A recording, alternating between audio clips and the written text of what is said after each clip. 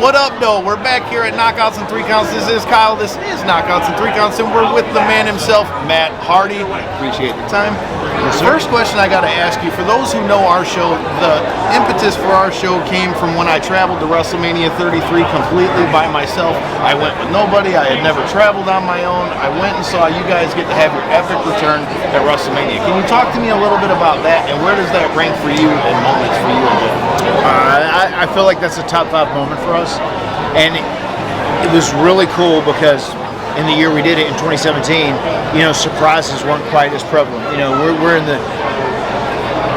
age of the internet where everything gets out. But that was just such a tightly and quietly held secret, and we were able to come and sneak into the building, and people speculated we may have been there, but no one really knew. And then when we came out and the way the crowd exploded and all the delete, something that we did in TNA that a lot of people weren't watching at the time, there were tens of thousands of people doing it. It was very special. I'm extremely grateful to WWE for having me. Full transparency, I'll never forget the kid that was sitting right in front of me, because I had seen you guys wrestle the night before for Ring of Honor. Yeah. And this kid's like, man, the Hardy Boys are about to come out. I was like, man, he just wrestled for Ring of Honor last night. I said, I can see it, but that would be tough. And then sure shit, I was like, wow. Never in my life have I been so happy to be like, fuck, I was wrong.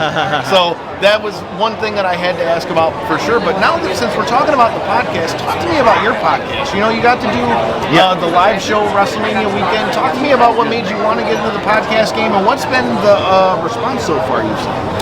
It's been really good. It's been like a grassroots movement in many, many ways.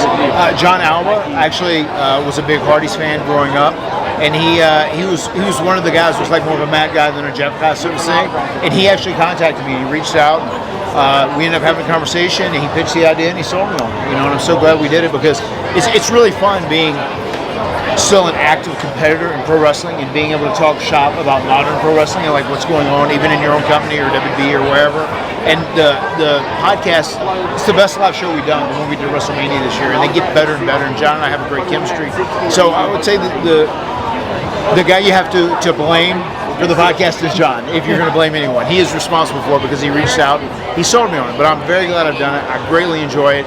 And it's also something I can start doing and do it as more of a full-time gig once I leave being an active in-ring competitor. I'm not going to blame him because I enjoy the podcast, but I'm not going to hold you up for much longer. We've seen the articles, man. You've been out here doing your thing at the Comic-Cons, man. How do you like being out here at Astronomicon? Yeah, it's great, man. Yesterday was insane. It was so busy, so packed.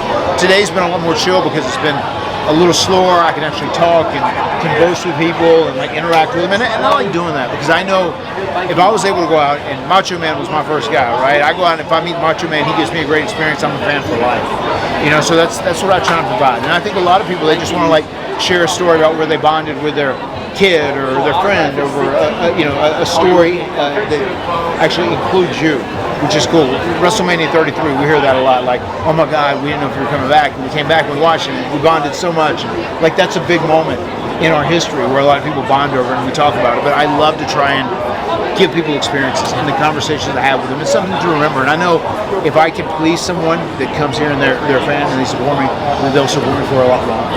All right, well, like I said, we know that you're a free agent now, man. What's next for Matt Hardy? What do you want? What's still left for you to do, man? You've done everything. You've done WWE. You've gotten to do the broken stuff. You just did AEW. What's still left for you to accomplish, and what do you still want to do in the world of pro wrestling? What is important to me for these last few years, 2, 3, 4 years, whatever it may be, it's very important that myself and Jeff that we cement our legacy as one of the greatest tag teams to ever do it. That's what's important to me now more than anything else, and that's what I'm looking to secure and put in place before I make my next decision.